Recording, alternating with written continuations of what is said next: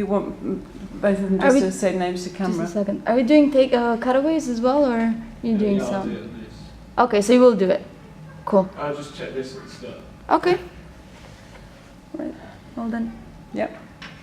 So first of all, we just need you to look into camera and say your names so that we've got your identities on camera. Is that all right? And then after that, you can talk to me rather than into camera, if that's more comfortable. Okay. And occasionally, it's very useful for editing, I'm told, if you repeat the question. So if I say, can you remember what was happening just immediately before that? You would start, well, just immediately before that, blah. Do you see what I'm saying? Yeah. If you don't worry about it. It's a small, and then they cut me out, yeah. Right. So, yes, over to you. Okay. I'm Fran. And I'm Chris. We both live in Lancing, just along the coast. We've been married for 32 years, 33 this year. It's a long time. Right. You've brought shoes with you today, which seem to have. They don't look as if they've actually been on the same. Those shoes don't look as if they were on the same path, which obviously you have been. Fran, do you want to comment first of all? Just give us a little idea about. Okay. Well, these are my Ruby shoes. They're my dog walking shoes, and I must have had them. I've had my dog for 11 years. And so these shoes must be at least 11 years, if not older than that. And they're shoes that are really comfortable. You don't have to wear socks. You can wear socks. I don't wear them tied up. I can get them soaking wet on the beach. I can get them muddy on the downs. They're just shoes. And I love them. And I love walking my dog. And my dog is my mental health. And as this pair of shoes have been on a journey, I've also been on a journey, over the last 11 years. Could you give us a little idea where the journey started? The journey started in Coventry, where we'd lived for 27 years. 27 years. And then we came home, and the South Coast being home. So, and coming home is brilliant. But you also leave a lot of things behind when you relocate. And so it's remembering some of the things also that are sort of attached to those shoes from where we used to live. Would you say there was one significant thing that you left behind? When you left? Multiculturalism. Which one? Multiculturalism. And you missed that? Big hole. Big hole, yeah. Yes, it was quite surprising to rediscover a predominantly white population again, wasn't it? This gets commented on quite a lot. So what is it about multiculturalism what does it really do for a community? What is actually the lack when one finds oneself in this rather predictable white? I think it's I think it does promote more tolerance between, different peoples.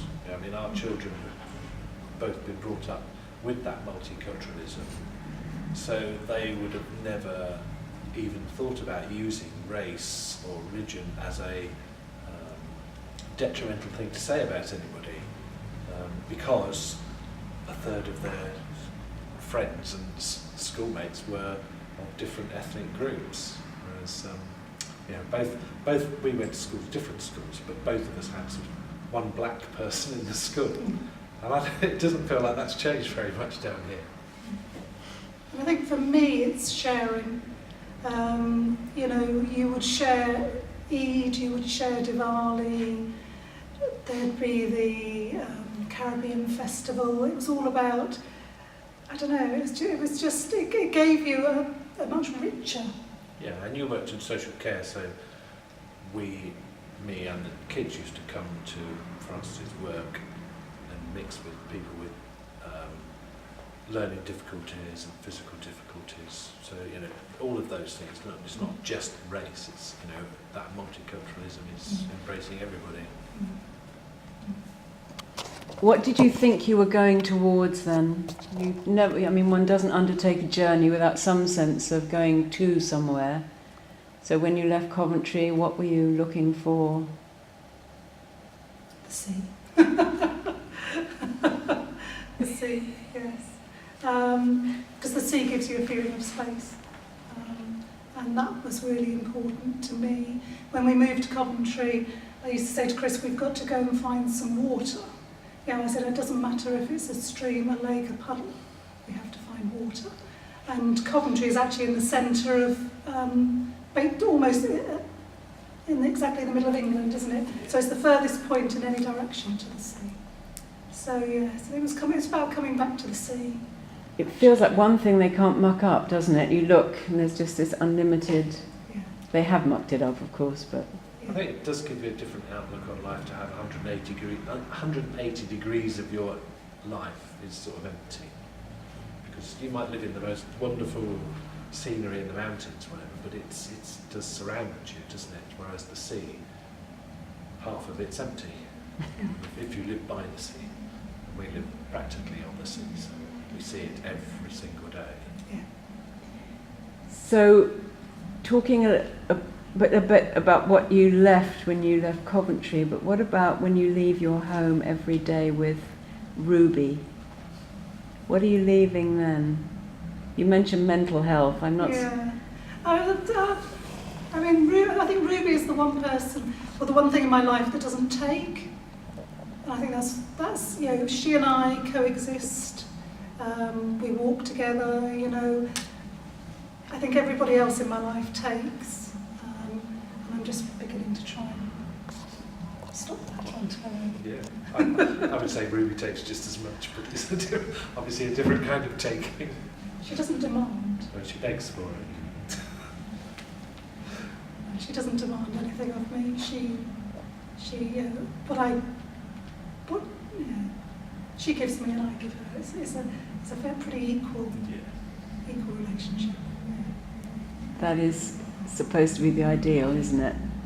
Yeah. What sort of dog is it? Scruffy Terrier. Half Jack Russell, half Border.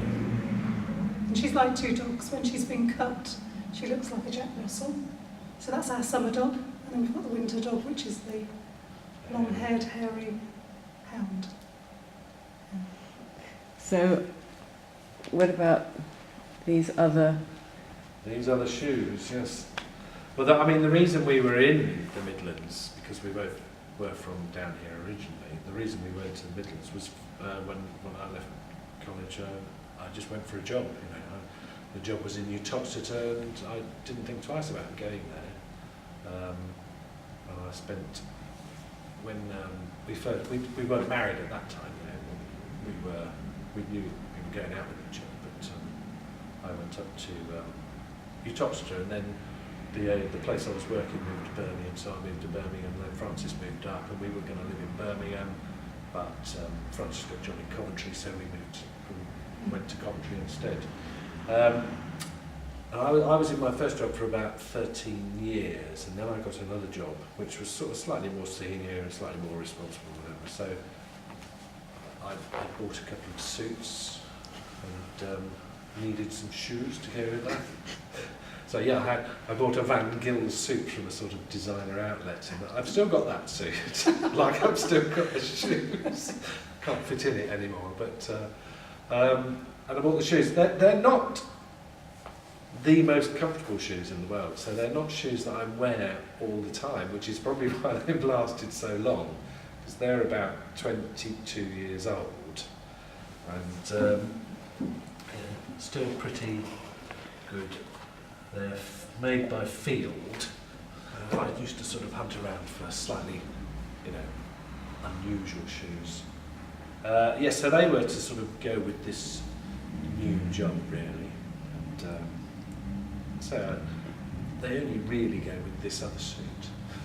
When you put on the suit and the shoes, is there... I mean, you're not the first person who's come in here and talked about this life and that life, my public life and a more private, even authentic life, I suppose. Yeah. So when you put the suit and the shoes on, what is it that you have to actually metaphorically take off?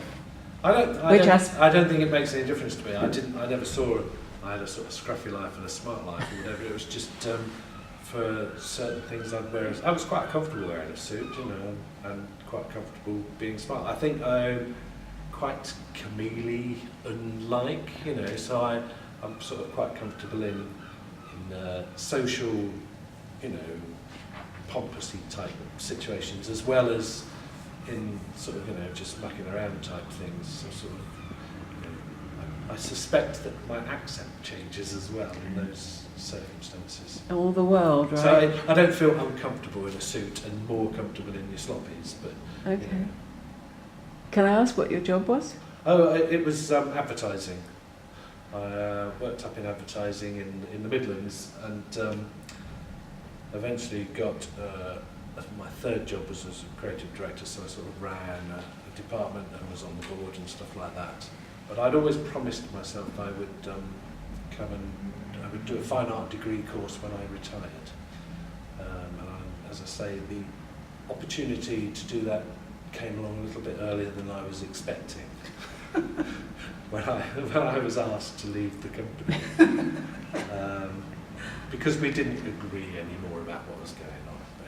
So rather than go back to work, I went to university, and that's when we moved back down to Brighton to do That's a considerable journey, isn't it, from commercial art, because you're a practicing artist now? I am, but I mean, I have to work as well. I sent him back to work. I'm not a successful enough artist to survive on my art. Yeah, I mean, it's been in good shows, you know, Summer Exhibition, ICA, things like that, but it doesn't sell. What's the biggest change in your thinking between creating a commercial image and one that's fine? It is, well, it is difficult because Francis is always sort of trying to urge me to do more commercial work. And obviously I could be a more successful artist depending on how you define those things. I don't know. I think to do a fine art, you'd have to have no considerations about whether it's commercial or not. You just do exactly what it is that you are interested in and what you want to do. And it feels slightly uncomfortable to go anywhere else, to go down to the level of having to make something that people might want to buy. So I mean, you know, as I said, we had open house for the last 3 weeks, and we had my dad with his photographs of flowers in the potting shed. We had our brother-in-law was in the front with some photographs of the universe, and we had Francis's garden. We had some friends' furniture, shabby chic furniture, and then my work. My dad sold 10 prints, didn't know my brother-in-law sold a couple of prints as well. I never expected to sell any of my work, which I didn't, because it's too expensive for people going on art trails to come and see. But what you liked was the fact that someone came out of the studio slightly tearful, Yeah, I and mean, you felt that was a positive. yeah, I mean, Because you're working. being slightly off the trail, we don't get tons and tons of people, but we had about 20 people a day, but the average stay of anyone there was an hour. You know, people don't come in and go out, they come and they talk, look at the work. The idea of someone crying in front of a print? And it was one of my drawings. A drawing? So it was a series of drawings, yes, on domestic violence. I was listening to the radio yesterday, and someone was she's directed The Crucible, and she was saying, I have to have a personal experience in relation to any kind of art. It's got to. So, I mean, Yeah. that is huge, isn't it? Because that's a personal experience that she was. It's Yes. it's a demonstrated personal experience, isn't it? Where someone's Yeah. moved to tears. And I don't think she was moved to tears because she had experienced it. No. Because you can sort of tell, or I mean, I know people who have experienced it, and I don't think she was. You know, she was with her husband and that, but I just think she sort of felt it, really. I love that moment when people cry. Yeah. I mean, I've sat in an audience where I saw something, piece of work, and they're crying. It's terrible, isn't it? Really, I mean, but you know, to know that someone has connected that deeply is wonderful. Yeah. I think Yeah. in some ways that was better than selling anything, isn't it? Yes, but you know, as I've said before, I'm not all that interested in selling. It would be lovely to be able to work full time as an artist, so that selling work would enable that. But I still think that Jack Vetriano would give up half of his millions to have work of his respected by the art institutions. I asked Fran what it was that she left when she left home with the dog. I want to know what you leave behind when you walk into your studio. Oh, everything. Everything I leave behind. Frances, you know, she complains because I'm obsessed or it's like having an affair or something. Yeah. But, You know, Yeah. when Lady Diana said there's 3 people in this relationship, there isn't ours, and she's called Art, isn't she? yeah. Yeah, I mean, it is probably the most important thing in my life apart from Frances. Yeah. And Frances would probably argue that she comes second. But she can't possibly know what's in my head. That's great. It's been lovely. Thank you, Sandra. While you were listening, did anything? I think they spoke very nicely of everything. I can't Yes. really think of anything. No. It's very clear. It's very complete, actually. Good. Both conversations. They have a real. Mine are less to do with shoes, obviously. Well, I mean, but you see, I as could have brought my painting shoes. Yes. Or something, but I don't know. It would have felt a bit more manufactured. yes. No, it was fine. It was great, absolutely great. There's all sorts of little strands in that you think they could take us somewhere. Good. I'm really glad that art came up. Oh yeah, I mean, She. yes. So, do you need any more cutaways or anything? If we just don't Jake? sign. Jake, are you all right with the cutaways? Are you okay with the cutaways? Yeah, cool then. Fine, thank you very much. Thank you.